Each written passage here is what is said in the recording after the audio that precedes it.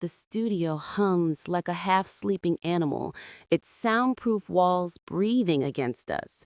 The red on-air light trembles each time the building's AC kicks in, like it's nervous too. Eli is bent over the mixer, her hoodie sleeves pushed to the elbows, editing out a moment where my voice went too soft, too tender. "Leave it," I say. She glances up. "We said no sentiment this episode." The cursor blinks between us, waiting. I sip my coffee. It's gone cold hours ago. "Fine, cut it. 100 episodes and no feelings." She laughs, but it sounds tired. We've lived in the glow of this room for 3 years, our voices woven tight on every feed, our names paired on every award nomination, but no one knows that when we pack up the mics, I drive her home, that I wait for her car door to click before I exhale. The sponsor email pings at 1:47 a.m. Subject, feature, pitch, human interest angle. Eli reads aloud. "They want a personal twist in our acceptance speech, something authentic." Authentic like what? Me crying about representation while holding a branded mug? Basically. I start deleting takes, one by one, every breath that might give us away. By 3 a.m., we export the final cut. But when I cue it for backup, an unfamiliar waveform glows at the bottom, time-stamped months ago. I press play. Sometimes I think if people knew who I loved, they'd stop listening. But if she heard this, maybe she'd finally know I mean it. It's my voice, the test recording, the one from that night. Eli freezes. "You didn't—" "I deleted it." The cursor blinks again, accusing. The flickering light steadies, as if even it's holding its breath.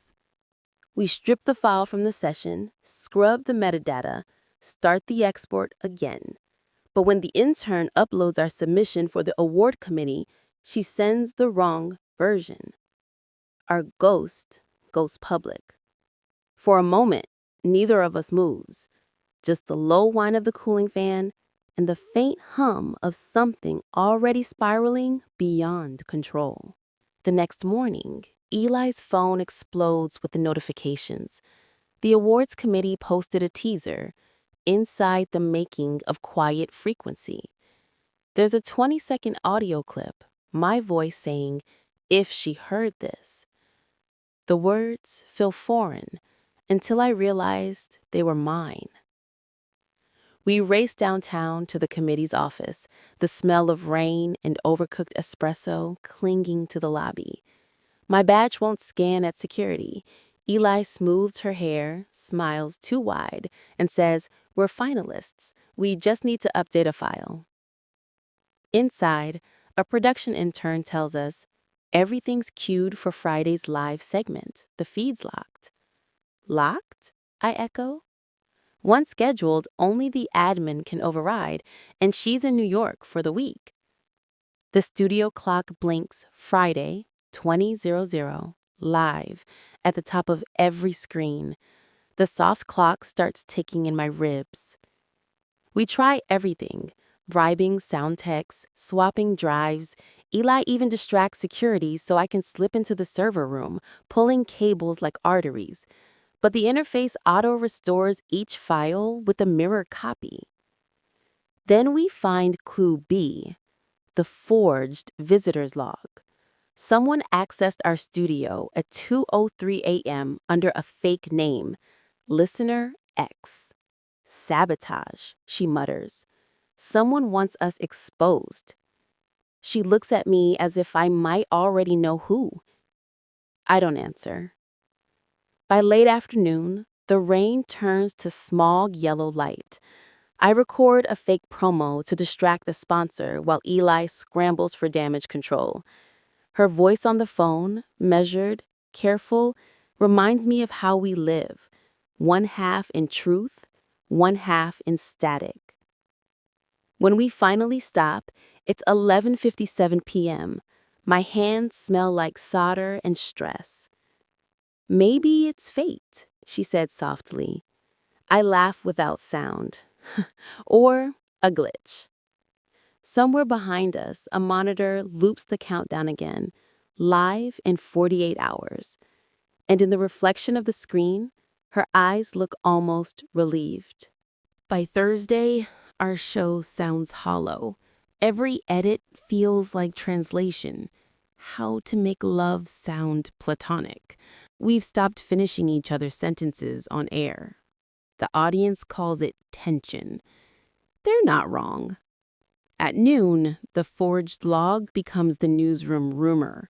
People whisper sabotage, maybe a jealous rival. But Eli's suspicion lands squarely on me after she finds Clue D, the missynced cloud timestamp. My account accessed the folder at 2:12 a.m. I want to explain, but she's already retreating behind the mic. Let's just record, she says. Her voice cracks on record. The hum of the booth feels louder than ever. The red light blinks. She cues the intro. I can't breathe. When the outro hits, I reach across, kill the feed. You think I'd do that to us? Eli's jaw tightens. I don't know what to think, Ren. The air between us hums. I grab the nearest hard drive and hurl it against the wall. The crash punctures the silence, like static tearing through frequency. Pieces scatter, plastic, metal, months of work. Out of the wreckage, Clue C. The anomalous receipt slides free, half crumpled. Coffee, 2:03 a.m., my card. She picks it up. You were there. Yes, I whisper, but not to leak it. I tell her about that night, the one she thought was just a test recording, how I'd played it back, hearing my own voice confessing, how for weeks I wondered if maybe it deserved to exist. I went back because I couldn't stand that it didn't. Eli stares at the shattered drive, then at me. You're saying you wanted it found? I nod. Maybe not this way, but maybe yes. The monitor clock ticks down another hour. The sound is merciless. Time slippage beat number 2. It's suddenly dusk outside, though it was noon when we started. Eli whispers, then maybe we let it play. Friday, 7:59 p.m. The stage lights pulse. The crowd murmurs like an ocean of static. Eli's hand finds mine under the table, a small electric charge no microphone can capture. The host announces our category. The audience claps, bright and distant. We win. Backstage, a tech says, "You're live in 10 seconds." The monitor flickers. Time slippage beat number 2. The seconds stretch long enough for me to count every reason not to speak. Eli starts reading the safe version of our speech. I watch her lips move, the way they do when she's editing. Focused, defensive. Then she stops mid-sentence, turned toward me. Ela wrote something too, she says into the mic. I freeze. The audio cue shifts. Our leaked clip hovers, waiting to play. So I lean into the mic. The truth is already out there, just badly mixed. So let me say it clean. Eli, I love you, even if this costs us the mic. The crowd stills, then applause, cameras flash.